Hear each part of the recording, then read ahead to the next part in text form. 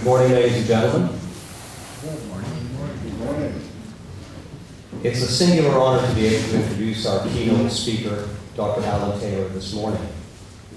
Dr. Taylor is the 1996 Pulitzer Prize-winning historian of William Cooperstown, Power and Persuasion on the Frontier in the Early Republic, as well as the author of several other books, including The Civil War of 1812, American Citizens, British Subjects, Irish Rebels, and Indian Allies, in which the Wall Street Journal stated was easily the most sophisticated book ever written about a conflict that is often either neglected or seriously misunderstood. This vivid narrative tells us the riveting story of a war that redefined North America. Soldiers, immigrants, settlers, and Indians fought to determine the fate of a continent. The important question Dr. Taylor poses is, among other things, would revolutionary republicanism sweep the British from Canada? Or would the British contain, divide, and ruin the shaky republic? Dr. Taylor earned his PhD from Brandeis University in 1986 and is currently a professor of American and Canadian history at the University of California. He also serves as a contributing editor of the New Republic. His forthcoming book, entitled The Internal Enemy, tells the story of enslaved blacks after the Revolution who were settled in Nova Scotia and New Brunswick.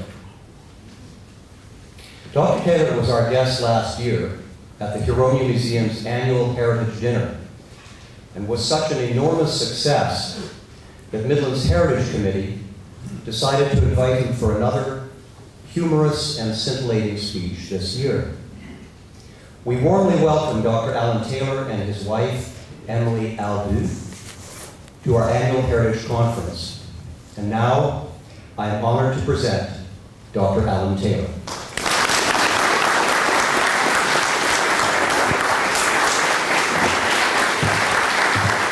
Renee, thank you. Thank you very much for that very kind introduction. I should just clarify one thing, which is that the new book is about enslaved people who escaped during the War of 1812, which is after the Revolution, but it's not about the so-called black loyalists, but it's about a second wave of people who escape, who have been much less studied, and who end up in Nova Scotia, New Brunswick, and Trinidad. So in my recent work, I've been shifting and thinking more about the American South in the War of 1812. And it has led me to think more broadly about the whole continent and how it was affected by the War of 1812. And so it's always great to be in a country where people have heard of the war.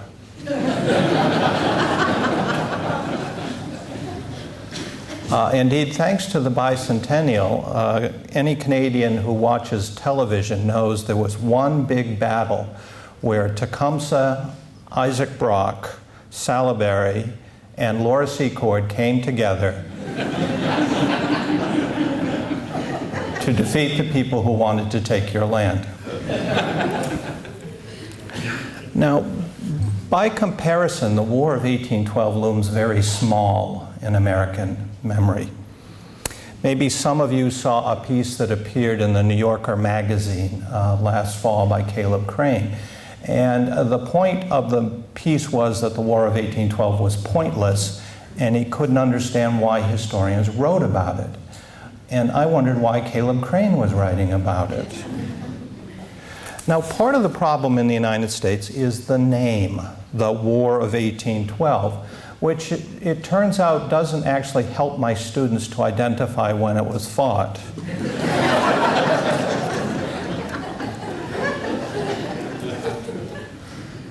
So with very good reason, American books about the War of 1812 have subtitles like, quote, a forgotten war, end quote, or, quote, a neglected conflict. end quote. Or the War of 1812, not as boring as you might think, end quote. Still, most people in American bookstores race past the War of 1812 books to get to the good stuff with the better names, like The American Revolution or The Civil War. Now, I tried to confuse them by titling my book The Civil War of 1812. But I think that just led to a lot of returns. Americans would even rather read a book about World War I because at least they know there's a really cool sequel by Steven Spielberg.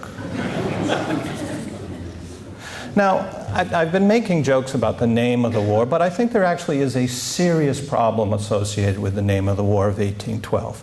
I think it truncates in both time and space a set of related conflicts, which I think began in 1810 and extended to 1819.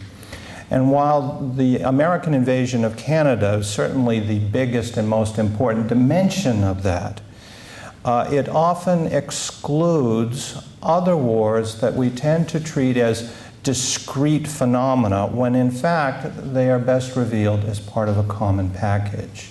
And in that I would include conflicts such as the American annexation of West Florida in 1810 and 1813, the Patriot War, an effort to conquer East Florida in 1812, Andrew Jackson's forays into Florida in 1814 and 1818, and the Creek War, in which Andrew Jackson crushed the Creek people of what is now Alabama in 1813 to 1814.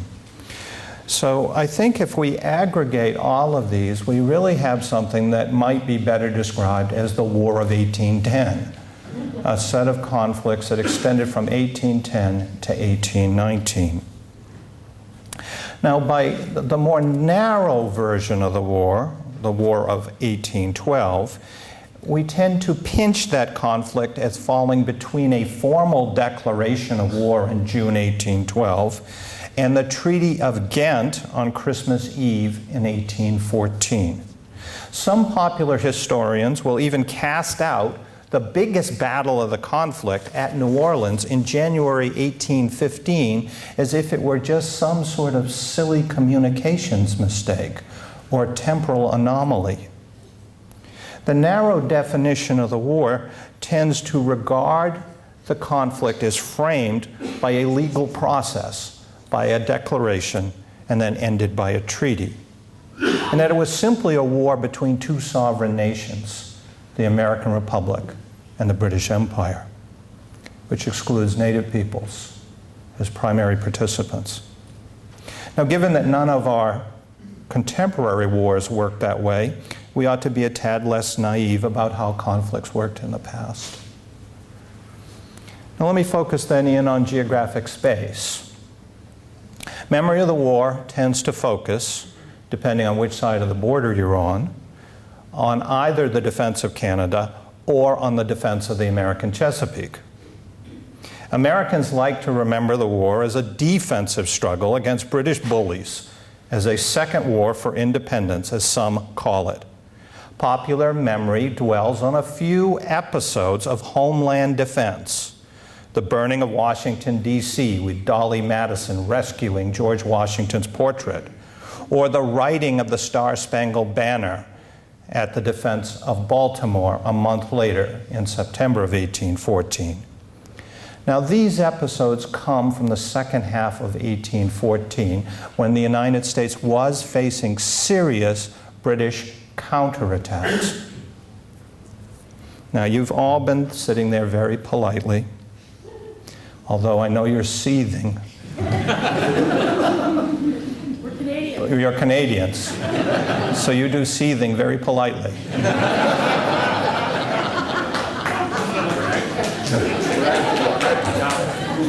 And I do know that the United States invaded Canada and mostly fought the war, and that they lost most of those battles.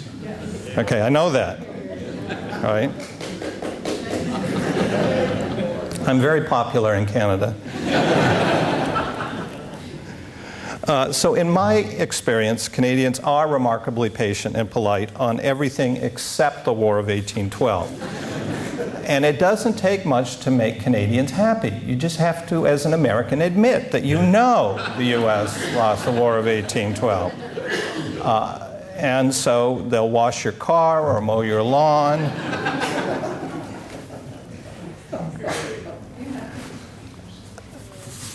But let me just say that I think that we need to bring the different pieces of the War of 1810 together in order to see the bigger pattern. And the bigger pattern is that what the United States was primarily up to on the continent was trying to break up European alliances with native peoples who were blocking American expansion westward or had the potential to do so. And there were really two sets of alliances. One was by the British with native peoples living on both sides of the Great Lakes.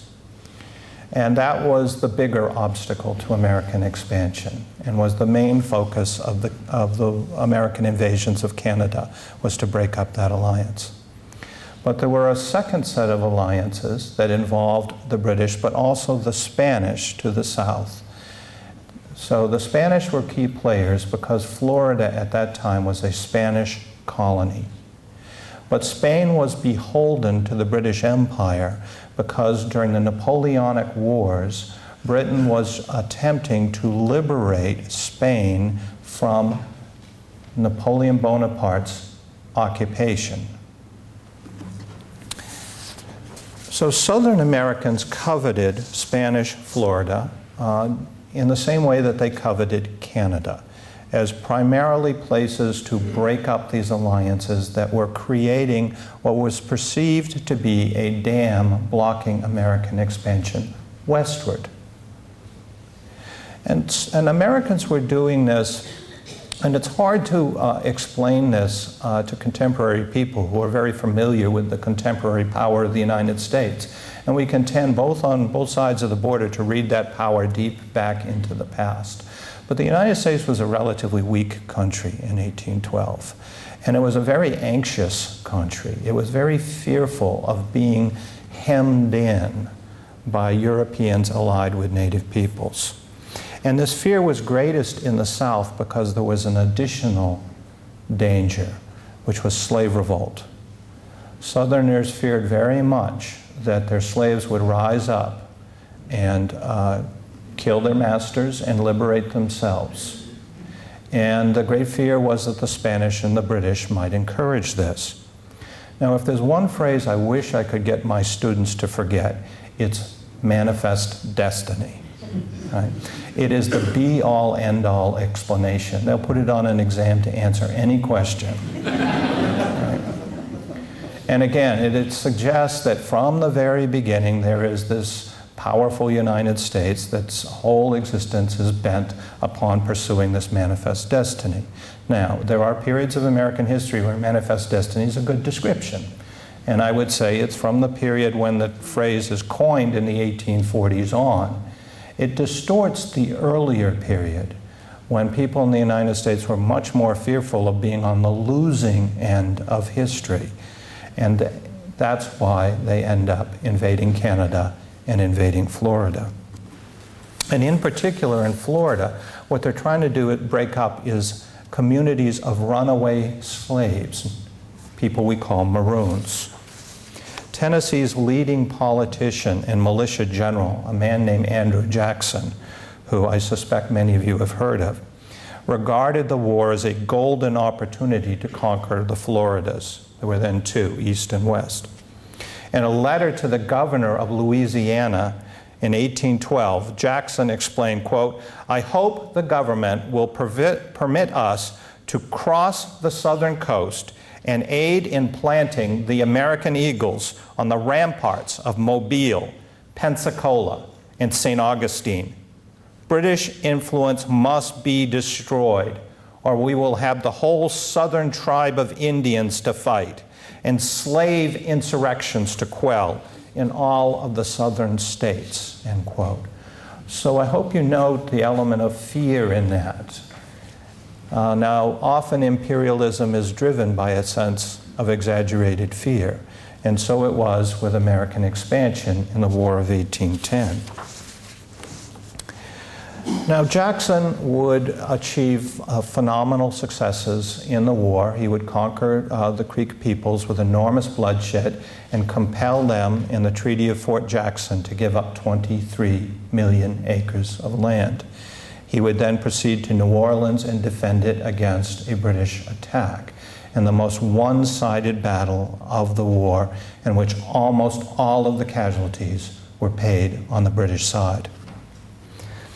But ultimately, the war's decided, I would argue, by the Treaty of Ghent, or to be more accurately, in the spin that was put on the Treaty of Ghent afterwards. So in my greatest magic act, I want to make the Treaty of Ghent interesting. Now, I know the Treaty of Ghent changed no border and did not address the maritime causes that also contributed to the coming of the War of 1812. And as a consequence, historians tend to treat this treaty as inconsequential. Now, granted, the treaty is remarkably tedious. It was written by lawyers and not novelists. No one should read the Treaty of Ghent and operate heavy machinery. But we should not be fooled by its leaden and legal language into treating the treaty as some sort of definitive contract that bound both parties to its literal terms.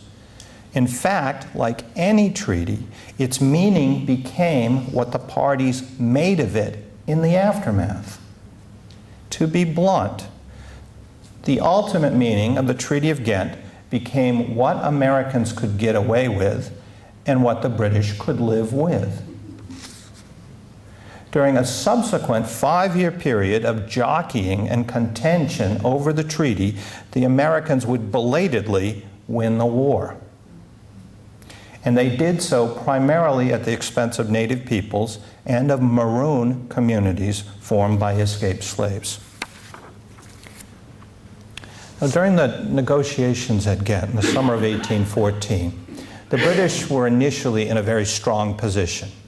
And what they wanted was a buffer zone. They wanted to carve out of what is now the upper Midwest a zone that would be retained by native peoples, a chunk of territory south of the Great Lakes, perhaps as far as the Ohio River. So taking in much of, or all of what is now Ohio and Indiana and Michigan and Wisconsin and Illinois as a buffer zone that would be neither British nor American, but would be in the possession of native peoples who had allied with the British during the war. Now, that would be a great security boost to Canada, to have this buffer zone in between, and it would protect Canada from any renewed American invasion. So the British weren't just doing this out of the goodness of their hearts. They were doing it for security reasons and for economic reasons, because these native peoples traded with British fur trading firms. Now, you can imagine that this was utterly unacceptable to the United States to give up a big chunk of territory and to give it to native peoples in alliance with the British. A British negotiator at Ghent remarked, quote, "I had, till I came here, no idea of the fixed determination which prevails in the breast of every American to exterminate the Indians and appropriate their territory," end quote. So there would be no peace unless the British agreed to abandon their Indian allies, which is ultimately what they did. The imperial government decided that conditions in Europe were deteriorating, and they wanted to recall their troops from North America to be available in Europe. And so they told their negotiators to offer the Americans a sweet deal. They would go back to the borders as they existed in 1812, which meant that the British would be giving up most of the territory conquered during the war. because the British had won most of the battles with their Indian allies and the assistance of the Canadian militia. And so, for example, northern Michigan and eastern Maine both were restored to the United States by the Treaty of Ghent. Now, there was one sop that was thrown in there, allegedly to protect the Indian allies of the British Empire. And as you all know, it's Article 9. That was a joke. I know you don't know that. I didn't know it until I actually read the Treaty of Ghent. Now, the Article 9 restores native peoples within the boundaries of the United States, quote, to all the rights, privileges, and territories which they enjoyed in the year 1811, end quote. So, all that land that Americans had been busily taking away from Indians during the War of 1812 under the Treaty of Ghent is supposed to revert to native peoples. Now, why did the American diplomats accept this vague language? Because it's so vague they knew it would do nothing to protect the Indians in the future. A British official later conceded that the Americans could fulfill Article 9 merely by allowing the Indians, quote, to return to their former situation for a week or a month, end quote, and then resume the business of taking their lands. And this is exactly what the United States did in the Midwestern country. They convened together the chiefs to make a separate peace with them, in which the American negotiators followed the letter of the Treaty of Ghent by demanding no new land cessions, but they demanded that native peoples accept very controversial land cessions that had been made before the war. And the American goal is to try to push as many settlers as possible into the contested territory lying between Ohio and Detroit, so that there would be a larger population to defend Detroit in the event of a future war with the Empire. Second, American treaty commissioners also announced in 1815 plans to construct many new forts deep in Indian country, in particular along the western shore of Lake Michigan and along the upper Mississippi River. An American official explained, quote, "This is the time to expel the British entirely from the Indian country," end quote. By demonstrating American domination, the new forts would refute British claims that the Indians remained sovereign peoples. Begun during the summer of 1816, the new forts enforced a new American law banning Canadian traders from dealing with Indians within the American border. This reversed the Jay Treaty of 1794, which had guaranteed such access. By enforcing an American trade monopoly within their border, the United States tried to exclude British influence from the Indian country. Delighted by the land cessions, the new trade law, and the new forts, the governor of the Michigan Territory, Lewis Cass, exulted, quote, "A very few years more will present an iron frontier, which will laugh to scorn the combined efforts of British and Indians," end quote. To resist these new forts and trade restrictions, the region's Indian chiefs appealed to British officers in Upper Canada for military assistance. In effect, they said, "We helped you in your war, now you need to help us in our war."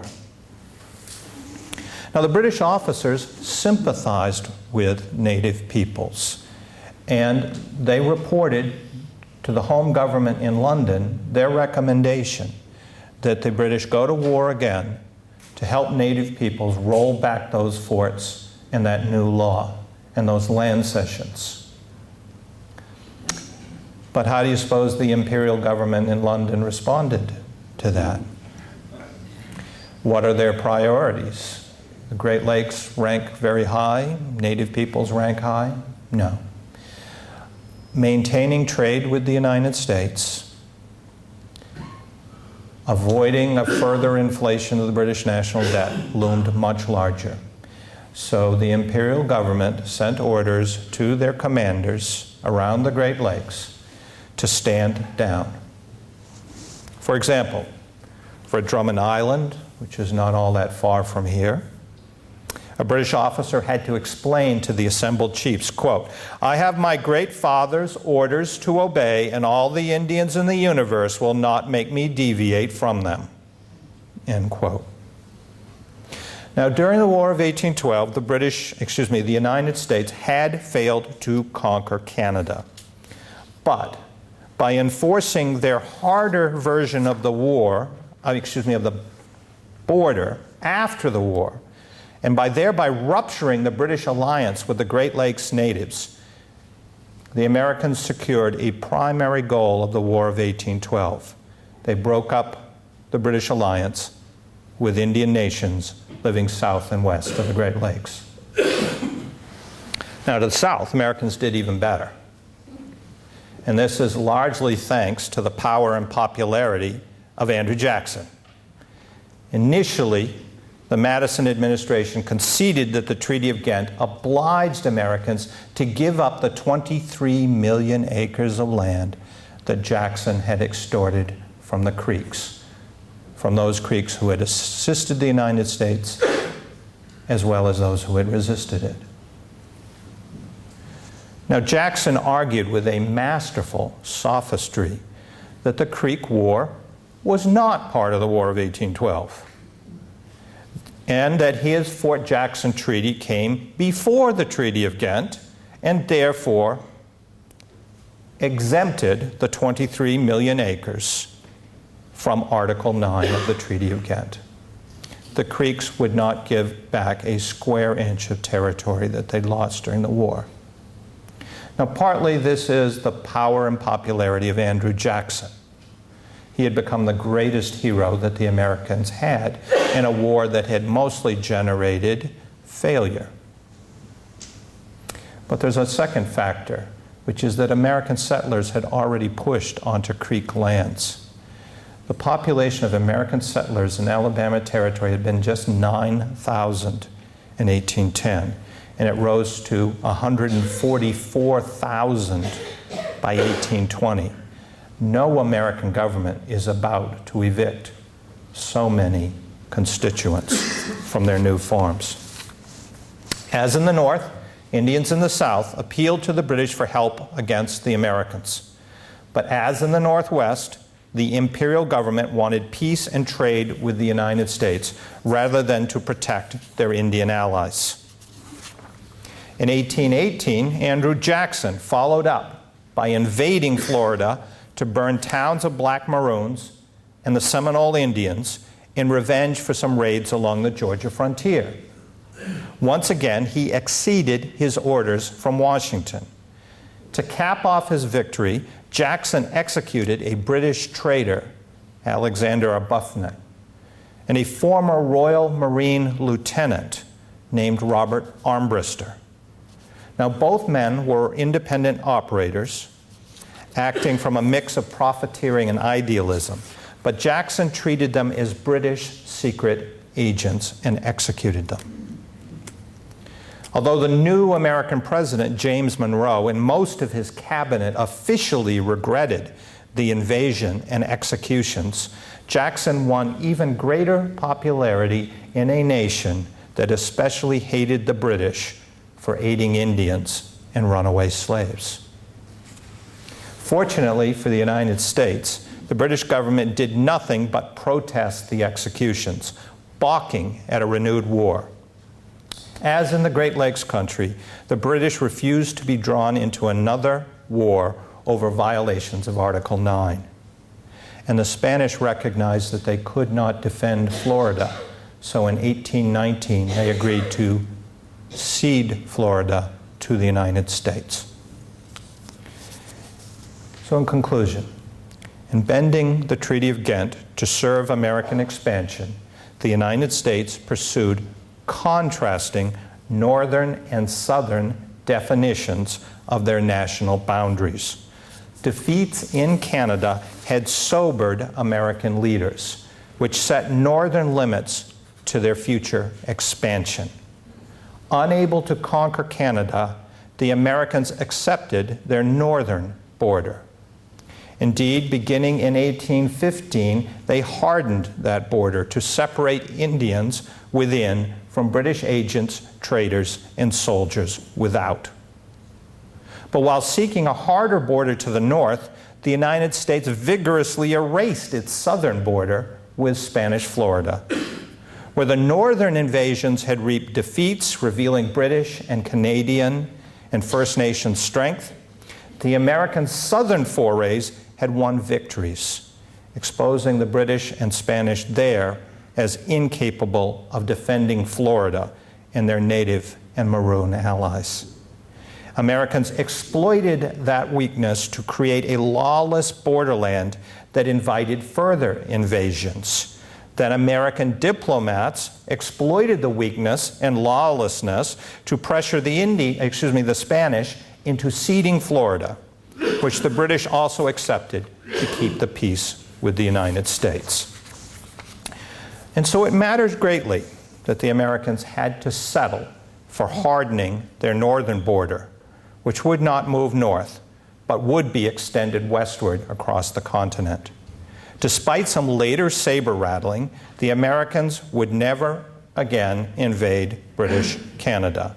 And yes, I know about the Hunters Clubs and the Fenians, but they neither had majority nor official support for their activities, which were ineffectual in the end. Instead, the Empire and the Republic would compromise their disputes as they did in dividing the Oregon Country in 1846. At the same time, however, the Americans pressed their next great land grab by waging war upon the Republic of Mexico, carrying American conquests to the Pacific in 1848. And this southern tilt to the continental expansion of the United States would ultimately divide Americans and lead to a civil war over the future of the lands that Americans had taken to the south and west rather than to the north. Thank you.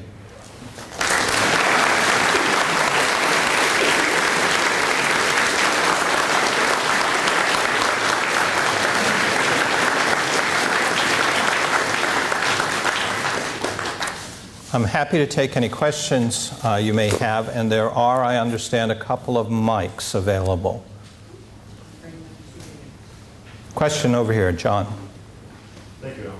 How large was the Maroon population at the time of the... The Maroon population in Florida is probably in the vicinity of about 3,000 people at the start of the War of 1812. And it probably increases to about 5,000 as a consequence of the war. Yes? Quick question there. Are there any notable Canadian academics that you're working with as you come up with new ways to represent that period? Well, I would say there are Canadian academics who will welcome a bigger picture of the war, and then there are some who will not welcome it. Now, a prime thing that history does is to build national pride. That's been a traditional role of history, is to make people feel proud of the country they live in. And I'm not saying that's illegitimate by any means.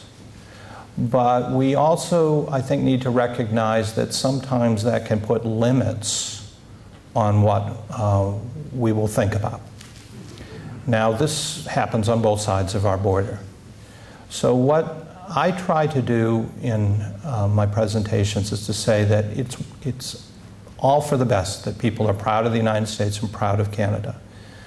But we also should be proud of the good relationship that Canada and the United States fortunately now have, particularly when we compare it to the relationship of other bordering countries around the world.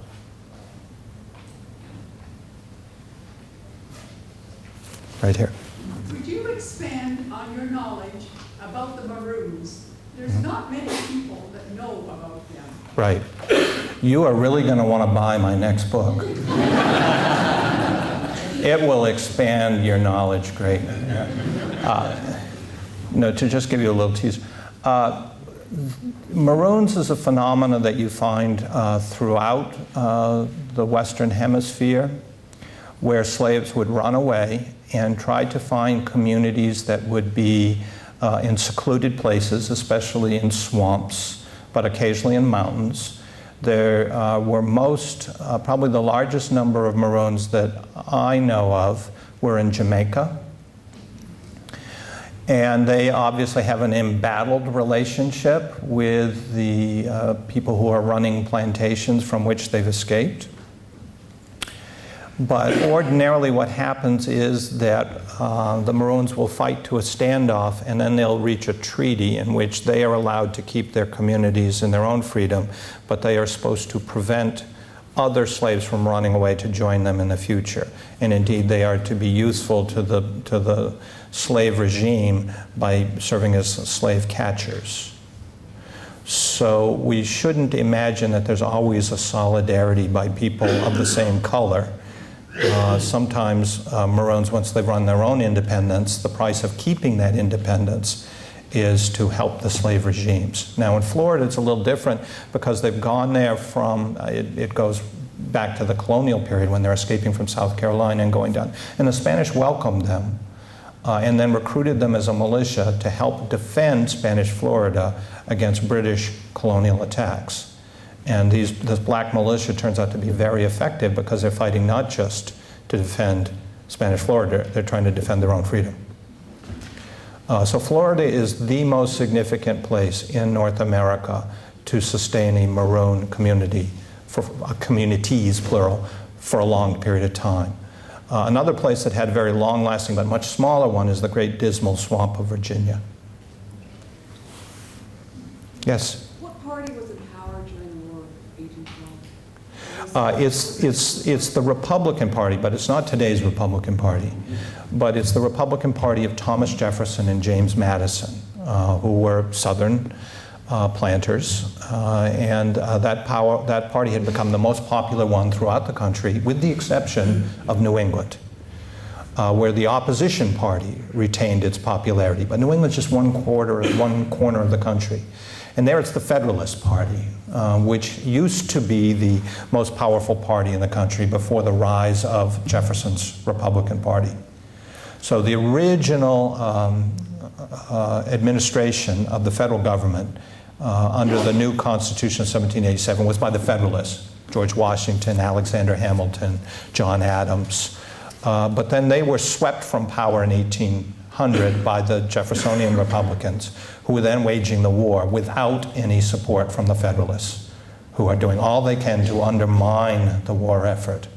So part of what leads me to call this a civil war is that there's so much conflict within the United States over the war, just as there's a lot of conflict in Upper Canada over the war. Yes? What about you mentioned the Creeks, but there were Cherokees and a number of other large and small tribes that ultimately ended up in Indian Territory, which is now Oklahoma. And where did that fit in the timing of? Right. Okay, what's called Indian removal will peak during the early 1830s. And the chief promoter of that Indian removal is Andrew Jackson. And the Indian nation that we most think of involved with that were the Cherokees. The Cherokees were the largest Indian nation in terms of population living east of the Mississippi. And they had helped Jackson during the War of 1812 because they had these very old enmities against the Creeks. And they thought that if they helped the United States would be so grateful, it would protect Cherokee lands forever. It turns out they would protect Cherokee lands for another 15 years. And then Andrew Jackson, their former commander, would kick them all out, along with the Creeks and the Seminoles and the Choctaw and the Chickasaw. And those 5 nations are all then swept out. And there was also an effort to push out all the Indian peoples living in the upper Midwest. So a lot of Potawatomis, for example, are pushed over. And all these native peoples are being relocated to what we now call Kansas or Oklahoma. And the idea was that would be the permanent home for all native peoples. They'd be swept out of the East, dumped there. The notion was white people don't want those lands, and therefore it's perfect for Indians. But then, as we know, then white people will want those lands, and then the Indians will lose most of those as well. Vic? Based on the events, Just a second, now we'll get you next. based on the events that you talked about between 1810 and 1819, now maybe this is not a fair question.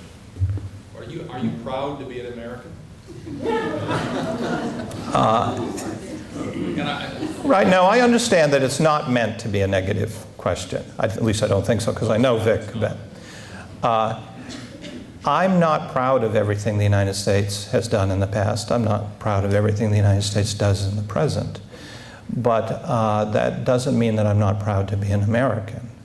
To be a citizen of any large and especially a powerful country is to have to be engaged in the civic life of something which doesn't always do what you want it to do.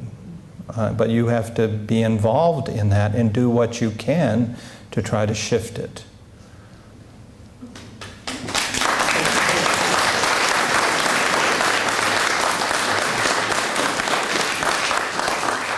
Okay, gentleman in the back. Just a question about a very minute point. I've heard in the past that the American government sent their declaration of war by general post, rather than like special mail or anything else to Great Britain. So Great Britain didn't even know they were at war with the Americans for a long time after it was declared by the American government. Well, there's a British minister in Washington, D.C. when the war is declared, so the story is a little more complicated but even more interesting than what you've suggested. Where the post comes in is the American government wrote to their own commanders up on the Great Lakes by letter, and it took a long time. But what the British ambassador, well, he was called a minister at that time, he's in effect an ambassador, did was he hired a special courier. So in fact, the British government in Canada knew about the war before the American commanders on the southern shores of the Great Lakes.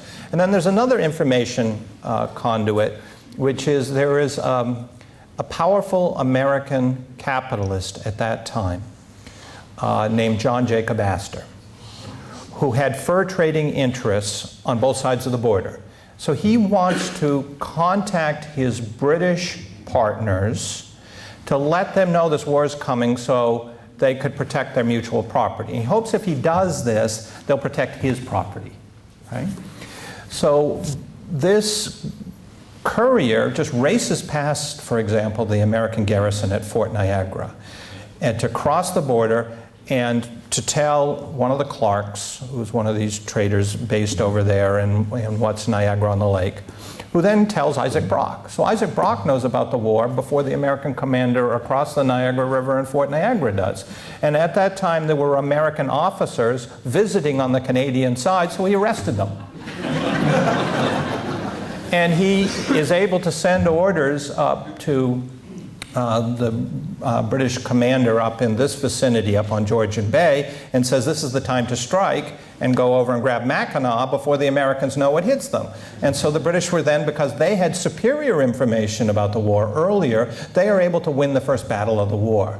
And there are all sorts of consequences that unfold for that, because native peoples are very impressed at the resolve of the British and their ability to do things, whereas the Americans look like a bunch of bunglers at the very start of the war. And so native peoples that might have been a little on the fence about things are clear that the British actually can win this war. And they come out because of this information chain and then how Brock so resourcefully exploited superior information. Thank you very much. You're welcome. Yes, no, you've already had a question. We'll come back to you, okay? Way in the back. I'd like to ask you the question one should never ask in the story, the what-if question. Can you imagine in North America, in which was essentially the United States of North America from the Mexican border, wherever that is, to the Arctic? And a little bit more subtle, do you think such a North America would have been influenced so much by the people who lost the Civil War, the people and the values of the people of the South, who seem to have extraordinary influence in the US today?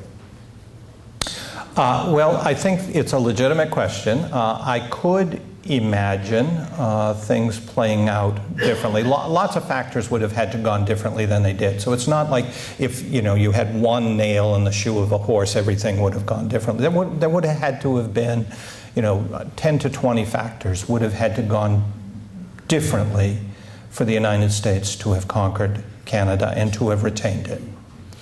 But I could imagine those 10 to 20 falling in place in that way. And if it had done, it, I think, would have had consequences that you have suggested.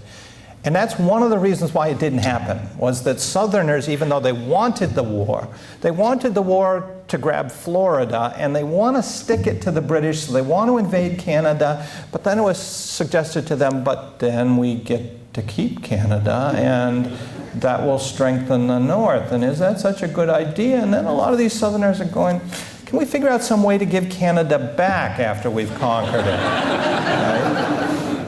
Now, I know Canadians never like to hear this, because you assume that the United States was kind of relentlessly always after Canada.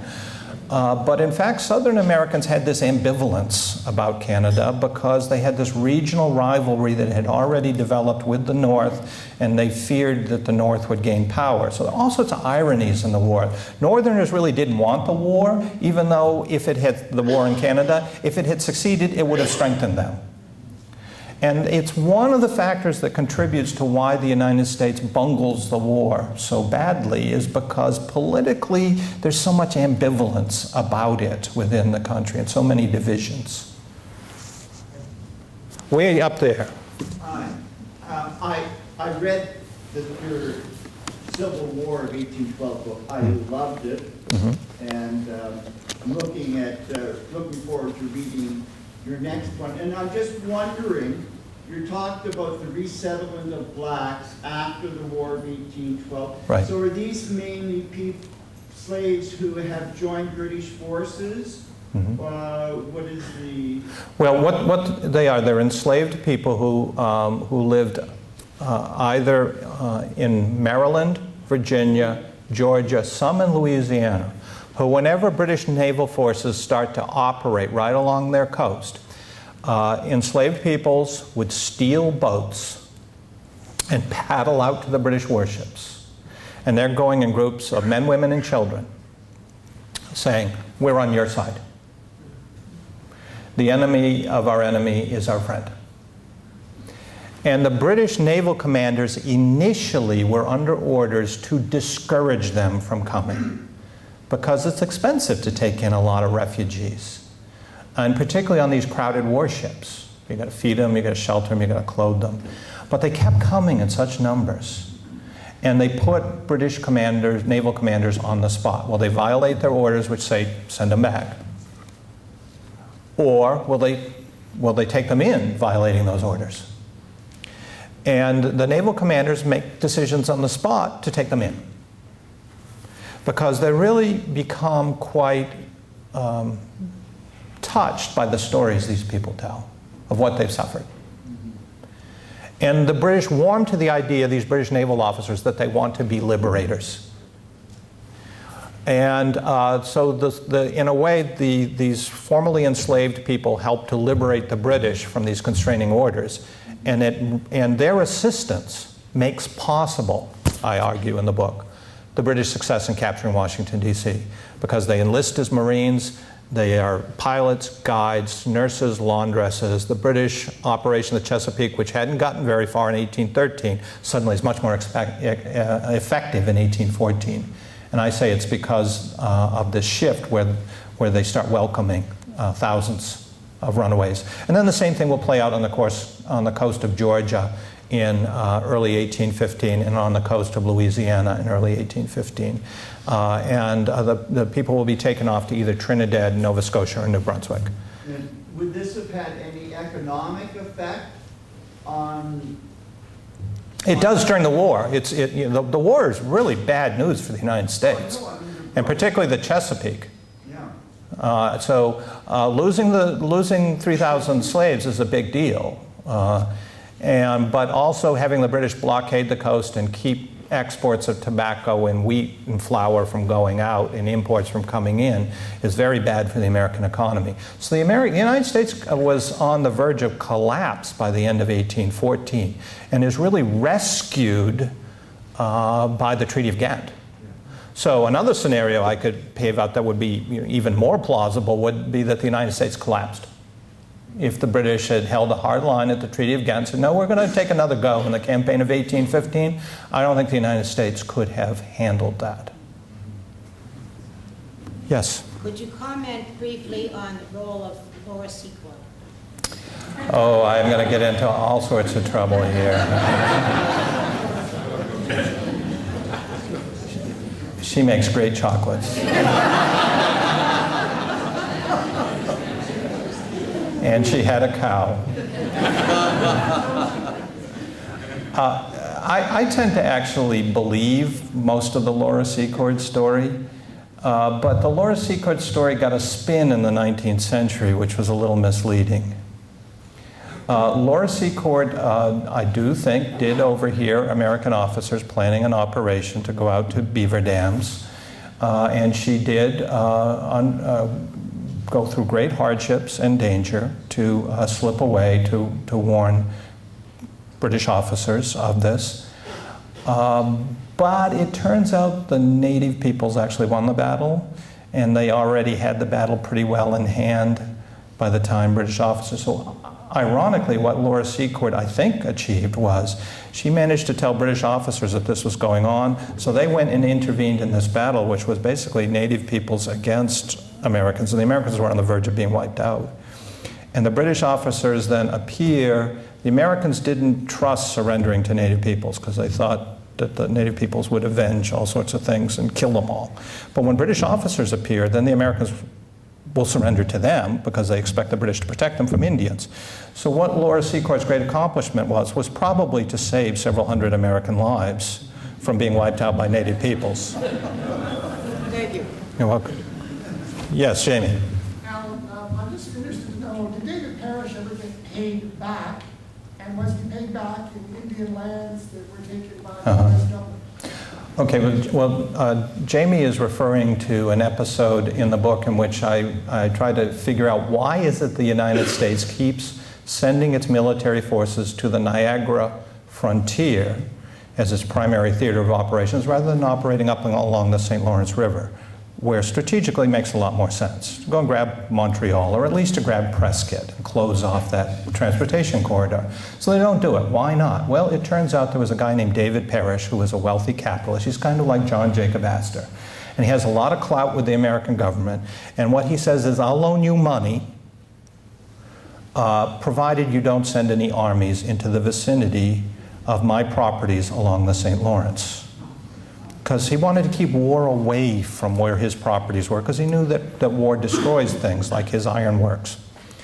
So he loaned millions of dollars to the U.S. government, which helped the U.S. government to maintain a war, but it used its money to fight the war where it could not win the war. David Parrish got paid back. Everybody who loaned the U.S. government got paid back in the end.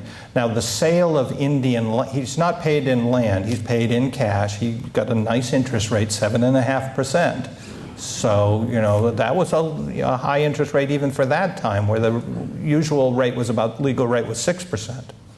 So he's paid 7.5% return, so he made a killing out of this thing. But most capitalists in the country at that time were Federalists, and they would not loan money to the government, even though they would make a big profit if they did. Because they're trying to starve the U.S. government of funds for this war. But Parrish will do it because what he wants is just to keep the war away from his properties. So he is paid back. Yes?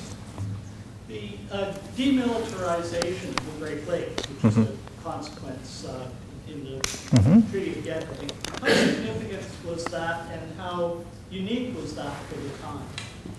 Well, it's pretty unique. I don't know of another demilitarization agreement in the world of that time. Now, maybe someone in the room does know of one. I don't. So it's quite unique.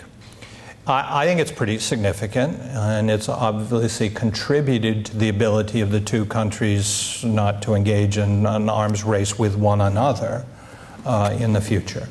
I think fundamentally it probably helps out the United States a bit more than British Canada did, but in the long run it helps out both of them is the bottom line, and that's why they did it. Both countries are trying to save money. Yes? In the case of both the Maroon communities and the movement of the Native people, right. You've mentioned quite a number of territories, but not southern and southwestern Ontario. And for example, up in Owen Sound, we're known as the northern terminus of the Underground Railroad, and we have a Potawatomi River in the town, and the First Nations in our area are displaced Native people. So I just wondered, in your research and work, whether that area has played any significant role in absorbing these people. It is true that Canada has served as a refuge for Native peoples who have felt under great pressure within the United States, including southwestern Ontario. Later, a similar story will happen with Lakota peoples who will end up moving north of the border and what's now Alberta, Saskatchewan area. So I would say that story does not loom large because the greatest number of Native peoples within the United States stay within the United States. But it does provide something of a safety valve for some of those who are most unhappy can get out and go. But they find that when they get into Upper Canada, that the period of the late 18th and 1820s and early 1830s is the great period for dispossession of Native peoples in what will become Ontario. It's a very parallel acceleration of the dispossession of Native peoples plays out on this side of the border as well as on the American side. Now I understand it's not as bloody on this side, but it still dispossesses Native peoples. At the end of the day, it's very effective. And so the countryside around here is mostly settled after the War of 1812 on lands that were taken from people who were the allies and essential allies of the British and the Canadians in defending Upper Canada. Yes? So if there was Canada and the U.S., that buffer zone, what did they call it then? If it was all... Well, they just called it a buffer zone at that time. It never came into existence, so it never had an official name. So with the treaty, it would have been... Well, the treaty went in a different direction. The treaty settled for Article 9, which just says that Indian peoples will be restored to their homelands, but they will remain within a United States border. Okay. Whereas what the buffer zone would have done would have been to erase that border and created, in effect, a new border along the Ohio River. And so there would have been this buffer zone of Indian territory under British protection, a British protectorate, if you will, within a big chunk of the United States. And that was a non-starter for Americans. So if the Native Indians, like when the treaty was being written, whatever, Right. What was the role of the Native Indians? They had no representation at the Treaty of Ghent. Not even the British? Well, the British pretended that they were representing the interests of their allies. And in the early negotiations, they did press the interests of their allies. But when push came to shove, they cast the Indians aside to pursue their interests. But they must have known. Wouldn't they have known that this was going on? Well, British, again, the empire is not a monolith. There were officers around the Great Lakes who were very committed to protecting the interests of Indian peoples because they knew it was in the mutual interest of Canadian interests and Indian peoples to have a good relationship. But imperial interest based in London, which at the end of the day calls the shots, had other interests that they preferred to protect in Europe, in India, and in trade with the United States. And because of that, they sacrificed the less important interest to imperial interests. And that same story played out at the end of the American Revolution, where they abandoned their Indian allies and cast them within the American boundary in 1783. And then Jay Treaty also largely abandons Native allies on the American side of the border. So this is Act 3 in a tragedy in which Americans and British end up betraying Native peoples in pursuit of other interests. Yes? The slaves that were carried to Trinidad Mm-hmm. in that period, were they carried as slaves or are they carried as free No, men? they're taken as free men and free women and free children. But wasn't Trinidad still British? It was. They brought people from Africa as slaves, serving in the sugarcane plantations at the time. So Oh, okay, again, you're going to get sick of hearing a historian say, it's complicated. But I actually like history because it's complicated, because there are all sorts of things. You're quite correct that there was slavery in Trinidad there would be until the 1830s. But the British government in that period of time was under the increasing influence of people who are committed to the abolition of the slave trade, people like Wilberforce and James Stephen. And they, Britain had conquered Trinidad in 1797 from the Spanish, and it was a relatively underdeveloped island. In other words, there was a lot of bush that could have been turned into very profitable sugar plantations, in addition to the sugar plantations that already existed in the northern quarter of the island. And that's what sugar planters wanted to do, was bring in more slaves, expand the plantation complex. Abolitionists put a stop to that. So the compromise that was worked out for Trinidad was the plantation sector as it existed would remain. The underdeveloped parts of the island would be settled by free blacks. It was no longer legal to bring slaves into Trinidad or any of the West Indian islands after January 1st, 1808. And so there is this underdeveloped land in Trinidad, which then it becomes the place where approximately, let me see if I get the numbers right, I think it's over 1,000 of runaway American blacks, about 400 of whom had enlisted as colonial Marines and fought in the war very effectively as British troops, were settled in Trinidad. And they're living side by side with this plantation sector. And the planters aren't happy about it, but it's not a democracy where they're consulted. It's the empire, and the empire did not allow an elected assembly in Trinidad. And the imperial government is trying to tell these planters to cool out, that in effect this is like a set of Maroons who have entered into an alliance with the British Empire, and they could be useful if there's a slave revolt.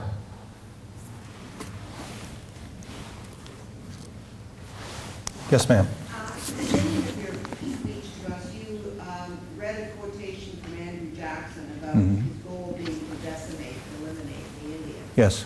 Was there anybody, any group in the States at that time that had a different vision as to what should happen? Yes. There were certain people, particularly in the Northeast, Quakers, and some evangelical Christian groups and some mainstream Christian groups who were committed to providing missionaries to Native peoples and to acculturating them to the Euro-American way of life.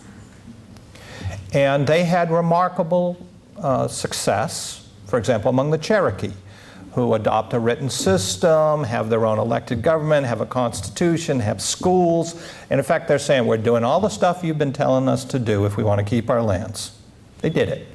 And then Jackson said, yeah, you're still savages, you got to go. And so, and there was an important Supreme Court decision by the John Marshall Court that told the Jackson administration that it had to leave the Cherokees alone. And this was a lawsuit that was initially brought by a set of New England missionaries who had been working among the Cherokee. And so John Marshall, Chief Justice, U.S. Supreme Court, makes this ruling, and Andrew Jackson famously said, Chief Justice Marshall has made his ruling, now let him enforce it. And the Supreme Court cannot enforce its decisions. It's dependent on the executive branch. The executive branch just ignored the Supreme Court and evicted all these Native peoples and took their lands. Yes. I'm a little curious, at the beginning you said that this is the war that's forgotten in the United States. I'm from an old pioneering family, so I studied history in Ontario out of a British influenced history book. And even in those books, the War of 1812, as far as the North American activities, it was really quite trivialized because of what was going on in Europe with Napoleon and all of that sort of stuff. And even our history books in Canada told us so. It was really just like a side skirmish that wasn't very important.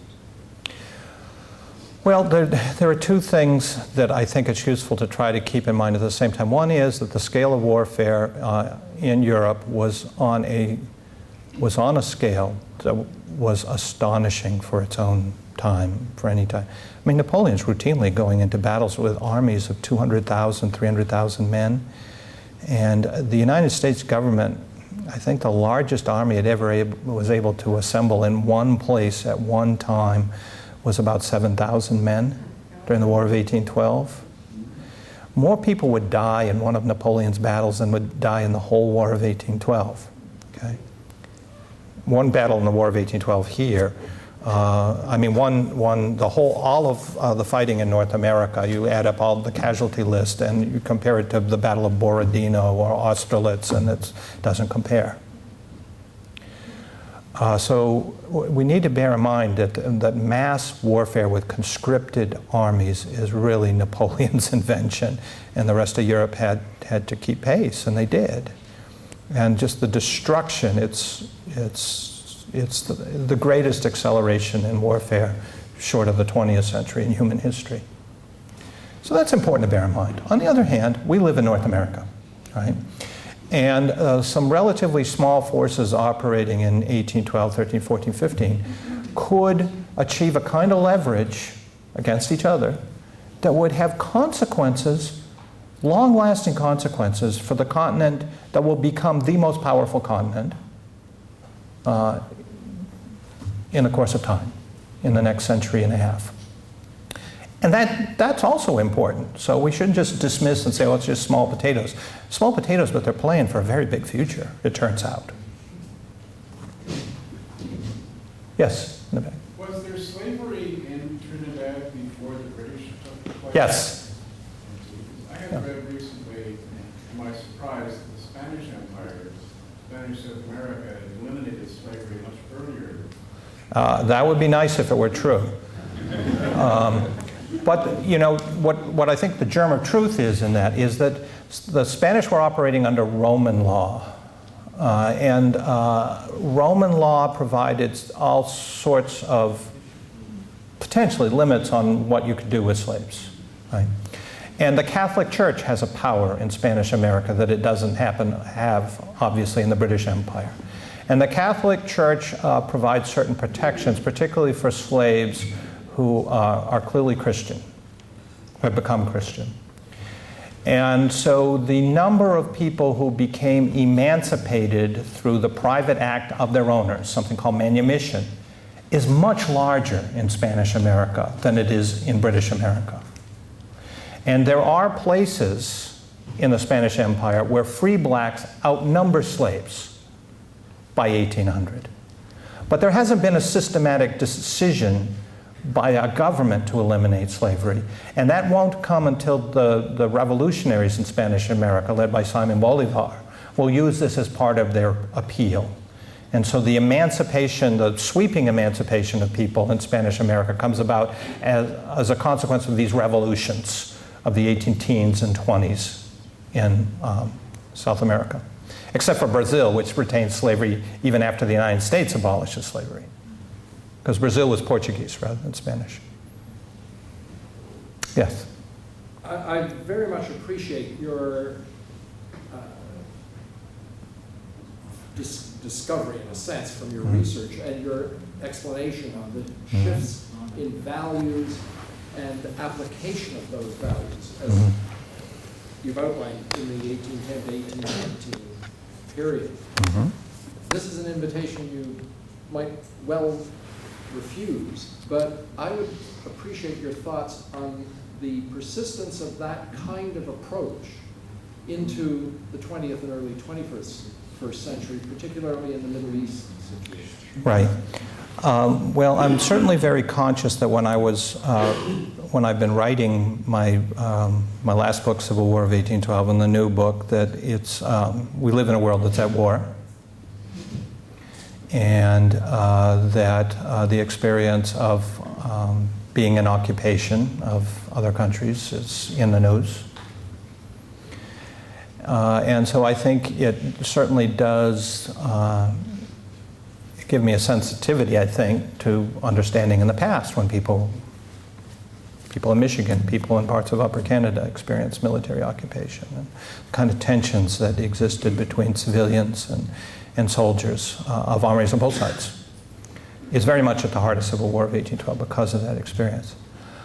But there are very good historians working on the 20th century and on contemporary issues that I don't feel the need for myself to export what I do into those other time periods to study them. It's more that I imagine the role of a historian is that of a translator, to try to explain things in the past to modern readers who live in times which have a certain set of concerns, and to render the past comprehensible and interesting and important. Because I think, as all of you think it's important, that's what I'm trying to achieve in my writing, is to convey to a broader public just how much we will lose if we lose a historical consciousness in our culture. And we're fighting lots of things, all of us in our own particular way, to try to preserve the historical consciousness in our culture. Thank you. Thank you. Thank you very much.